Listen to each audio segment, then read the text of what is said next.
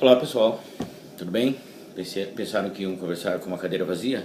Não, estou aqui, não ia deixar vocês sozinhos. Preciso hoje falar sobre algo que vocês usam todo dia, o símbolo arroba. É uma história interessante que eu vou tentar reproduzir para vocês. Ouçam. Na Idade Média, toda a produção literária, científica e religiosa era registrada em livros, mas como Gutenberg ainda não tinha inventado a imprensa, tudo era copiado à mão. E o trabalho disso era feito pelos copistas, pessoas que tinham essa função como até profissão. Pois bem, os copistas, eles foram os precursores da taquigrafia hoje, que também já está um pouco em desuso, tá? Ficou restrita. Com o advento do computador e até dos aplicativos que você fala sai escrito, não tem mais função também nem a taquigrafia. Ela foi muito usada nos cartórios, quando alguém tinha que escrever o que alguém falava, ou pelas secretárias que tinham que escrever rapidamente as cartas ditadas pelos seus patrões ou chefes. Pois bem, esses copistas, eles costumavam usar muito as abreviaturas, as uniões de letras ou de palavras e até frases para formar um símbolo, e dessa forma faria uma escrita mais curta e objetivamente mais rápida. A razão principal disso não era o tempo, eles não se preocupavam com o tempo, porque naquela época o que mais se tinha era tempo para fazer as coisas. O que pegava mesmo o momento deles era a economia do papel e da tinta, que eram muito caros, principalmente porque a tinta, a maioria delas vinha da China, talvez a totalidade da tinta do mundo era produzida pelos chineses. Daí veio o Nanquim também, não é? Muito bem, alguns exemplos de abreviaturas para se ter ideia do que eles faziam para economizar tinta e papel. O M e o N, que geralmente dão um tom anasalado nas palavras, como na palavra Catalunha, não é? Como em alguns nomes, né? Ou na palavra estranho, dá um som desse tipo nasal. Eles usavam o tio para formar M ou N, tanto faz. Outro exemplo de abreviatura no nome, o nome Francisco era um PH na época. Eles usaram PCO, ganhava-se muitas letras. E hoje sabemos por que os franciscos da Espanha têm o apelido de Paco. Uma letra muito usada, E, que na época era do latim et. Como era usada rapidamente em toda escrita, em todo texto a palavra E aparece de maneira intensa. E T unidos formaram essa cobrinha aí, que depois ficou E comercial, que hoje usa-se em todas as razões sociais ainda. Está também caindo em desuso. A palavra ad, que em latim significava em. O latim autorizava que a palavra ad, além de em, também significasse em casa de. Hospedado em. As coisas aconteciam muito em casa de, naquela época, porque o espaço social mais comumente usado nesse tempo eram as casas. Hoje usa-se o comércio, hoje os salões, hoje usa-se espaços mais convenientes para cada evento. Naquela época ou era na rua ou era na casa. Como a sociedade era muito antiga, era muito usado os termos em casa de. Alguém ia almoçar em casa de alguém. Alguém ficava hospedado na casa de alguém. Por exemplo, chegava uma mulher na Galileia que tinha vindo de Sião, por exemplo. Essa mulher se chamava Maria e ia ficar na casa de Rosana. Ao invés de falar Rosana, ou vai hospedar Maria, ou Maria vai ficar na casa de Rosana, escrevia-se Rosana ad Maria. Ad no sentido de arroba, que naquele tempo não era arroba ainda. O símbolo é igualzinho. mas não, significava apenas em casa de, hospedado em, o significado de estar em algum lugar. O comércio apropriou-se desse símbolo para estabelecer critérios de notações, onde significasse alguma coisa ao valor de. Por exemplo, na Inglaterra, 10@L3 significava que eles estavam vendendo ou comprando 10 unidades de qualquer coisa ao preço de 3 libras esterlinas, hospedados no preço de 3 libras esterlinas, na casa da libra esterlina. Se fosse hoje, aqui no Brasil, por exemplo, uma nota fiscal teria este formato: camisas 10/20, 10 camisas ao preço de R$20, Brasil. E durante muito tempo esse símbolo ficou valendo tanto para hospedagem como para quantidades comerciais.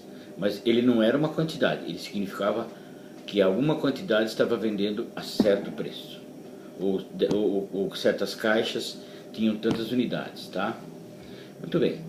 No século XIV, já mais no finzinho dele, os portos da Espanha, principalmente a Catalunha, aquela Catalunha que eu falei no começo, Catalunha do tio, os portos da Catalunha estavam em pleno vigor do comercial, estavam trabalhando intensamente no comércio de levar e buscar mercadorias em outros países, através de suas, na época, caravelas. Muito bem.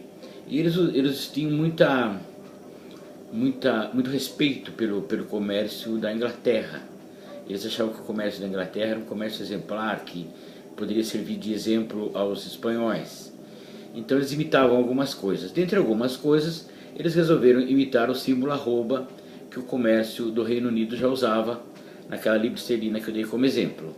E daí eles já tinham lá na Espanha um A, que significava uma certa quantidade. Eles fizeram confusão, porque na época as comunicações eram precárias e as confusões eram muitas, não é? Eles pegaram o A, fizeram alguma semelhança com o A deles, acharam que esse A aqui era a quantidade deles, que se chamava arroba, e adotaram como medida de peso. Pegaram uma medida de peso que eles usavam, que chamava-se quintal, que era 60 quilos, dividiram por 4, e tiveram o arroba, que era o AD se transformou em A, o A que era o arroba deles, e em casa de ficou valendo 15 quilos, a partir de então. Muito bem.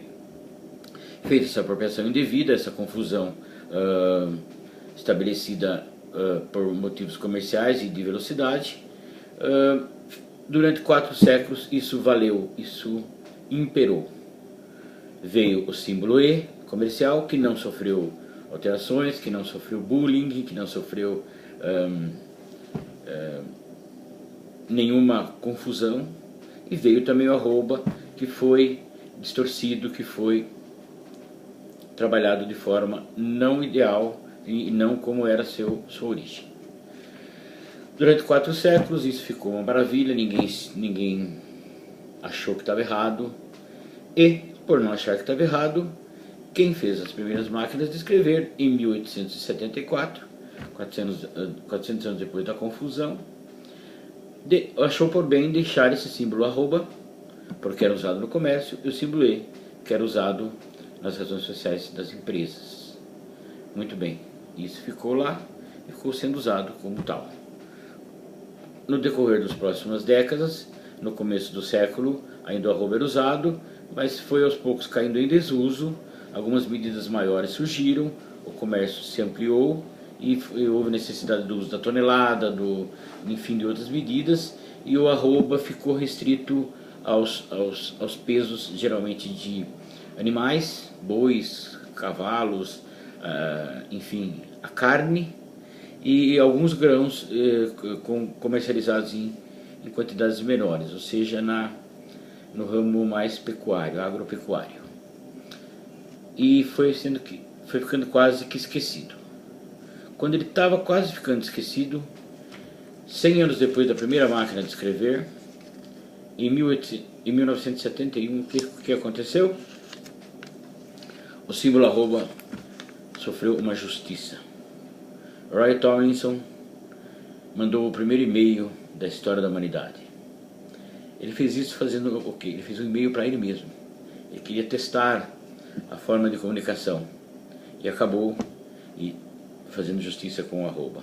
Ele queria que o e-mail ficasse assim, desse formato: fulano arroba provedor. Ou seja, alguém mandou um e-mail para alguém através de tal domínio. E tanto foi o sucesso que hoje, 45 anos depois dessa medida do Roy, nós usamos ainda o arroba como a melhor forma de mandar e-mail, a única forma talvez de se mandar um e-mail de maneira eficaz. Surgiram outros meios de comunicação como Twitter, WhatsApp e etc, etc, cujas velocidades nem sequer devo comentar neste vídeo, mas o arroba ainda hoje, todo dia, os bilhões de celulares, bilhões de computadores de mesa, bilhões de iPads, bilhões de todas as formas de aplicativos usam o arroba a cada fração de segundo. E esse símbolo, que começou com uma notação original, passou por algumas mutações, passou por incompreensões, foi usado de maneiras não incorretas, mas que não era a base formulada inicialmente quando os copistas fizeram a primeira abreviatura do AD. O arroba voltou hoje a ser o que ele sempre foi. Finalmente, ele está hospedado hoje no seu domínio. Hoje o arroba está dentro do arroba. É arroba, sim. Tornou-se uma realidade. E espero que isso tenha ajudado vocês a entenderem como que o arroba se comportou nesses 600 anos. Espero que isso tenha sido útil para vocês. Espero realmente ter levado alguma informação boa, gostosa e inteligente em casa de vocês. Obrigado.